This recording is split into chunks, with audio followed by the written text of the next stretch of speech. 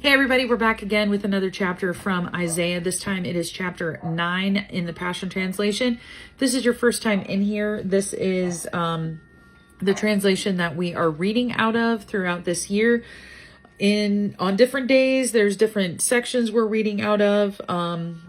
If you're tuning in on Wednesdays, we're reading through the book of Isaiah. If you're tuning in on Fridays, you're listening to Psalms, Proverbs, and Song of Songs. If you were tuning in on Mondays, then you're listening to the New Testament, obviously starting in Matthew. And so right now, this is our Isaiah reading. I'm getting caught up on past weeks because I was sick. And so that is why I am reading today. Where are we at? This is technically February 26th of 2025's reading, and today's March 10th. But we're getting caught up, so we're getting there.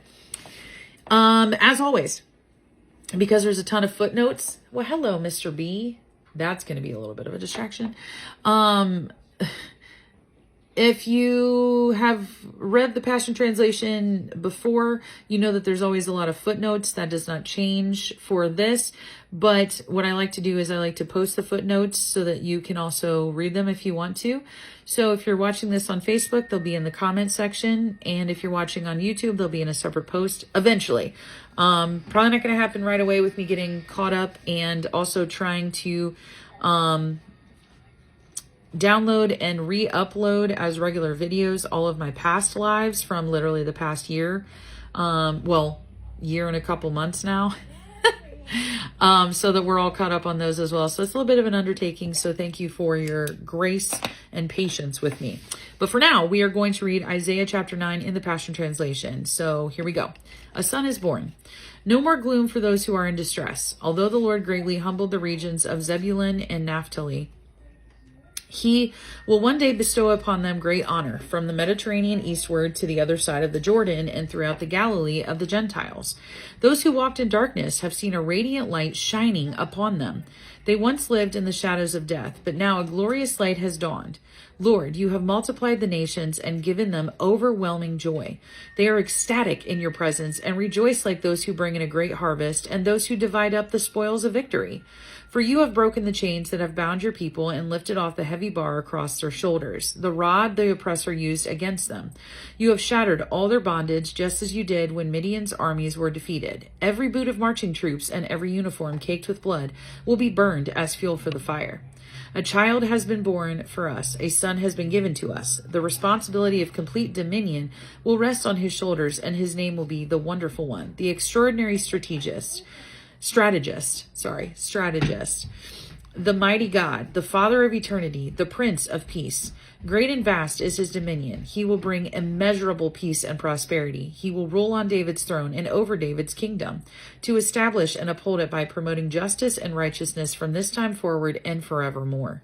The marvelous passion the Lord Yahweh, commander of angel armies, has for his people will ensure that it is finished.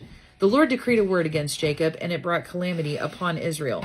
And all the people of Ephraim and Samaria knew of it. Put it here so their hearts filled with pride, and they... Open it and then it's going to be my snack for out there. Okay, I don't want you to eat very many more, though, because dinner's coming, okay? Yeah, dinner's coming. Dinner's coming, okay?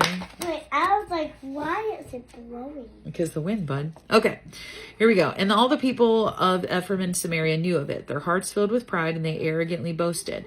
Our brick walls may have crumbled, but we will rebuild them with dressed stones. Invading armies may have cut down our sycamore trees, but we will plant cedars in their place. So the Lord Yahweh stirred up their enemies and strengthened Rezin's foes, and they came against the people. Syrians on the east, Philistines on the west, they came with bared teeth and devoured Israel. Yet, despite all this, his anger did not subside, and his hand of judgment is poised to strike them again.